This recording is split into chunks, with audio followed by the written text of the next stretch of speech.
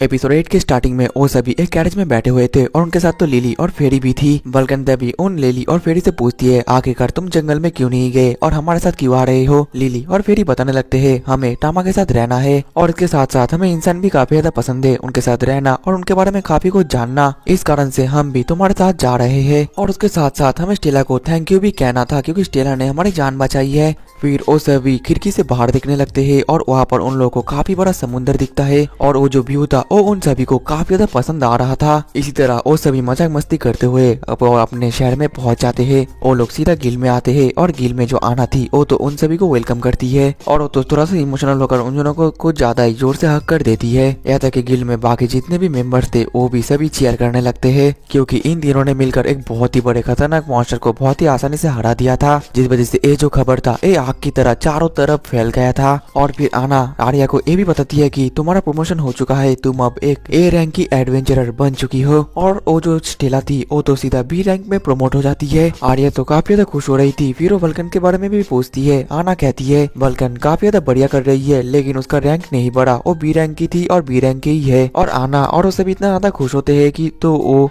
आर्या और बाकी सबको एक गिफ्ट भी देते हैं और वो गिफ्ट तो बहुत ही ज्यादा होता है, जो देखकर तो आर्या और बाकी सब काफी ज्यादा शॉक्ड हो जाते हैं। कहने लगते हैं इतना सामान तो हम घर पर भी नहीं रख सकते। और फिर आर्या कहती है बल्कन अगर तुम चाहती हो तो ये सब कुछ लेकर जा सकते हो, लेकिन बल्कन भी मना कर देती है क्योंकि उसके घर पर अगर ये सब सामान रख जाएगा तो वो टूल्स कहाँ पर रखेगी। फिर कुछ देर बाद आना कहने लगती है कि आर्या मुझे लगता है कि तुम्हें एक बहुत ही बड़ा घर खरीद लेना चाहिए क्योंकि देखा जाए तो तुम अब एक ए रैंक की हंटर बन चुकी हो और वैसे भी लास्ट टाइम तुमने जो क्वेस्ट पूरा किया था उसकी वजह से तुम्हें काफी सारा पैसे भी मिला है। आर्या कहती है आना तुमने तो काफी ज्यादा अच्छी बात कहा, लेकिन एक बार में इतना सारा पैसा खर्च करना एक काफी ज्यादा डिफिकल्ट की बात है और मुझे काफी ज्यादा सोचना भी पड़ेगा। लेकिन अपने मन में कह रही थी मुझे एक बड़ा घर खरीद लेना चाहिए क्योंकि अब मेरे साथ बहुत लोग भी जुड़ चुके हैं। फिर वो टामा से पूछती है तामा तुम्हें क्या लगता है मुझे एक घर लेना चाहिए या नहीं, जिसमें तामा भी खुश होकर अपना सर हिला देता है। फिर आर्या भी डिसाइड कर लेती है कि वो अब एक न्यू और एक बहुत ही बड़ा घर खरीदने वाली है। अब अगले सीन में आर्या और बाकी सब एक ब्रोकर के पास जाते हैं और वो ब्रोकर भी उन सभी को देखकर काफी ज्यादा खुश होता है। और फिर वो ब्रोकर कहने लगता है मुझे काफी ज्यादा अच्छा लग रहा है कि एक ए रैंक की हंटर मेरे पास आई और मुझे पक्का पता है कि आप लोग को एक न्यू घर की जरूरत है, इसी वजह से आप लोग मेरे पास आए हो। आर्या कहती है तुमने बिल्कुल सही कहा, हमें एक काफी बढ़िया घर चाहिए। वो ब्रोकर कहने लगता है तो आप लोग को किस तरीके का घर चाहिए, क्या आप लोग उसका थोड़ा डिटेल्स बता सकते हो। जो सुनने के बाद तो सभी अलग अलग अपना ओपिनियन बताने लगते हैं। स्टेला कहती है मुझे एक ऐसा घर चाहिए जहाँ पर कि मैं काफी सारा खाना स्टोर करके रख सकूं। वहीं पर फेरी बता रही होती है कि मुझे एक ऐसा घर चाहिए जिसके आसपास काफी ज्यादा पेड़ पौधे हो। वहीं पर आर्या बता रही थी मुझे एक ऐसा घर चाहिए जिसमें कि बाथटब बहुत ज्यादा बड़ा हो क्योंकि मुझे नहाना काफी ज्यादा पसंद है। वहीं पर उनकी ये सब बातें सुनकर तो जो ब्रोकर था वो भी काफी ज्यादा कंफ्यूज हो जाता है। अपने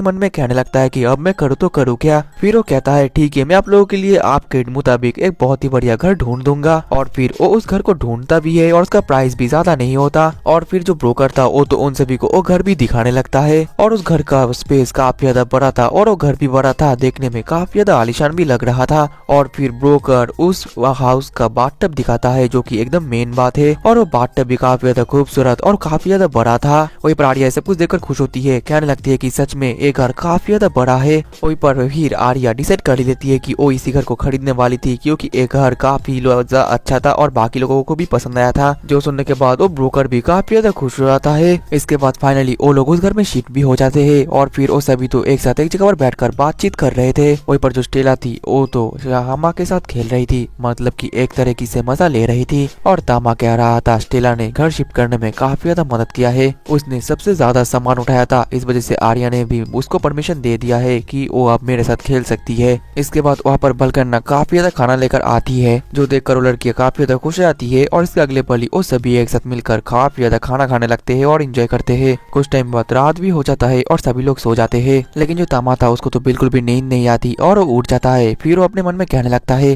पिछले फाइट के वक्त मुझे एक न्यू स्किल मिला था और मैं उस स्किल को अभी इस्तेमाल करके देखूंगा कि आखिरकार वो कैसा स्किल है। और फिर उसको थर्ड एवोल्यूशन भी मिल जाता है और फिर जो तामा था वो तो सोच में पड़ जाता है कि आखिरकार उसका थर्ड एवोल्यूशन में वो कैसा दिखेगा क्योंकि उसका जो सेकंड एवोल्यूशन था वही काफी ज्यादा बड़ा एक बहुत ही खतरनाक दिख रहा था और थर्ड एवोल्यूशन में तो वो तो एकदम राक्षसी बन सकता है। और फिर वो सोचने लगता है मुझे अपने थर्ड एवोल्यूशन को काफी दूर जाकर चेक करना पड़ेगा। वो सब कुछ सोच ही रहा था कि तभी पीछे से स्टेला आ जाती है, उसको देखकर तामा थोड़ा सा घबरा जाता है और फिर वो कहने लगता है कि आखिरकार तुम यहाँ पर क्यों आई हो। स्टेला कहती है तुम अपने मन में आप काफी सारे बातें सोच रहे हो और मैंने वो सभी सुन लिया है और इस कारण मैं तुम्हारे पास आई हूँ। जो सुनकर टामा स्टेला से माफी मांगने लगता है। स्टेला कहती है तुम्हें माफी मांगने की कोई जरूरत नहीं है, लेकिन तुम्हें देखकर ऐसा लगता है कि तुम काफी ज्यादा परेशान हो। टामा कहता है ऐसा नहीं है, तुम्हें अब सो जाना चाहिए। स्टेला कहती है जब तक ना तुम अपनी परेशानी मुझे बताते हो तब तक मैं यहाँ से नहीं जाऊंगी। ये सुनने के बाद टामा के पास और ऑप्शन नहीं होता और फिर वो बताने लगता है, कहने लगता है कि तुम्हें वो बात याद है जब मैंने तुम्हें पहली बार हराया था। स्टेला कहती है कि हाँ, उस बात को मैं कैसे भूल सकती हूँ, यहाँ तक कि मैं भी तुम्हारे उस फॉर्म को देखकर काफी ज्यादा हैरान हो गई थी। टामा कहता है वो तो बस मेरा सेकंड एवोल्यूशन था और अभी मेरे पास थर्ड एवोल्यूशन भी आ चुका है। स्टेला तो खुश रहती है, कहती है मतलब कि तुम अब पहले से भी ज्यादा पावरफुल बन जाओगे, ये मुझे देखना है। और फिर वो तो पूरा पागलों की तरह तामा को चेप करने लगती है और तामा भी जैसे करके अपना जान बचा लेता है। अब अगले दिन सुबह हम देख पाते हैं कि सभी एक साथ बैठकर गार्डन में बैठकर जो ब्रेकफास्ट कर रहे थे। तभी फेरी और लिली कहने लगते हैं अगर आपको बुरा ना लगे तो फिर हम लोग यहाँ पर थोड़ा बहुत ट्री उगा सकते हैं। आर्या तो खुशी होकर उन लोगों को परमिशन भी दे देती है,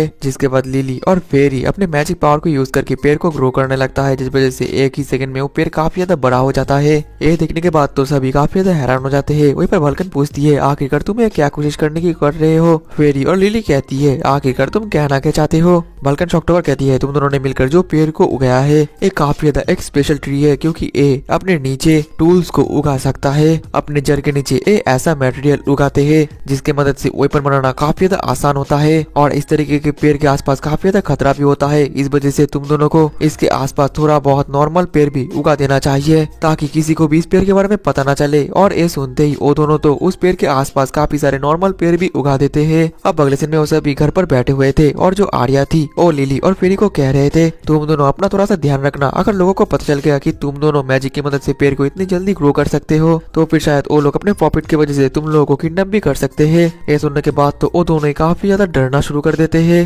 ठीक तभी वहाँ पर अचानक से आना आ जाती है, कहने लगती है आर्या मुझे माफ करना कि मैं तुम्हारे पास बहुत जल्दी आ गई, तुम्हें तो शायद रेस्ट करने का मौका भी नहीं मिला होगा और इस बार मैं तुम्हारे लिए काफी ज्यादा एक तगड़ा क्वेस्ट लेकर आई हूँ। असल में डंजन के अंदर एक काफी ज्यादा पावरफुल मॉन्स्टर आ चुका है और नॉर्मल हंटर उसको हरा नहीं पा रहे हैं। इस वजह से मैं चाहती हूँ कि तुम लोग जाकर उस मॉन्स्टर को संभालो। ये सुनते ही आर्या मान जाती है, लेकिन वो फिर लिली और फेरी को कहने लगती है कि तुम दोनों यहीं पर ही रुकना क्योंकि ये काफी ज्यादा खतरनाक हो सकता है। जो सुनने के बाद लिली और फेरी काफी ज्यादा उदास हो जाते हैं, लेकिन वही साइड से जो तामा था वो अपने मन में कह रहा था कि लिली और फेरी भी हमारे टीम का एक पार्ट है, जिस वजह से हम लोगों को उन दोनों को भी लेकर जाना चाहिए। फिर वो इशारा करके आर्या को कहता है कि उन दोनों को भी लेकर चलो। जो सुनने के बाद आर्या भी मान जाती है उन दोनों को लेने के लिए। अब अगले दिन में हम देख पाते हैं कि वो सभी तो डंजन में पहुंच जाते हैं और इस बार लिली और फेरी कुछ अलग ढंग के कपड़े भी पहन रखे थे। वो सभी ऐसे ही चल रहे थे कि तभी उन दोनों के सामने काफी बहुत बड़े बड़े खतरनाक गॉब्लिन आ जाते हैं, जो देखकर लिली और फेरी कहने लगते हैं प्लीज इस बार हम दोनों को चांस दो, हम भी दिखाना चाहते हैं कि हम लोग हमारे पावर की मदद से क्या कर सकते हैं। और फिर जो लिली थी वो तो अपनी स्पीड को यूज करके एक गॉब्लिन को बहुत ही आसानी से निपटा लेती है। वहीं पर जो फेरी थी वो तो अपने पावर को यूज करती है और फिर पेड़ के पौधे निकालकर दूसरे बड़े गॉब्लिन को भी बहुत ही आसानी से मार देती है। और फिर वो दोनों काफी ज्यादा खुश होकर कहने लगते हैं हम दोनों इतना भी ज्यादा कमजोर नहीं है, इस वजह से हमेशा हम दोनों को भी तुम लोगों के साथ लेकर जाना।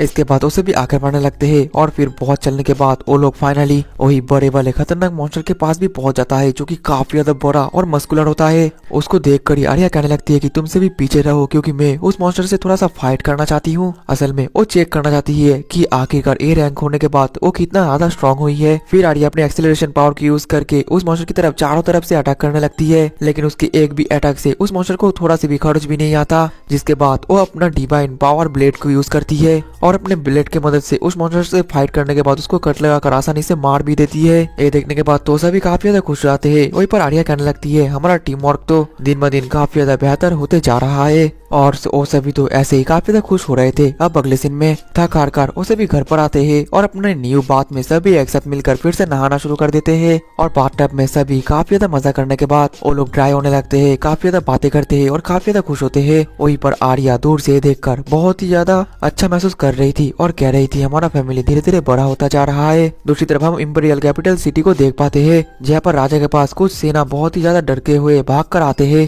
कहने लगते हैं राजा जिसका डर था वो शुरू हो चुका है, मॉन्स्टर जीमन जल्दी आना शुरू कर देंगे, हमारे पास ज्यादा टाइम नहीं है। इसके बाद हम उस एल्फ को भी देख पाते हैं जिसने की बचपन में आर्या के विलेज को बचाया था। वो कह रही थी कि वो समय अब आ चुका है। और दोस्तों इसी के साथ ही हमारा एपिसोड 8 भी खत्म हो जाता है। मिलते हैं नेक्स्ट एपिसोड में, तब तक के लिए टाटा बाय बाय सायोनारा।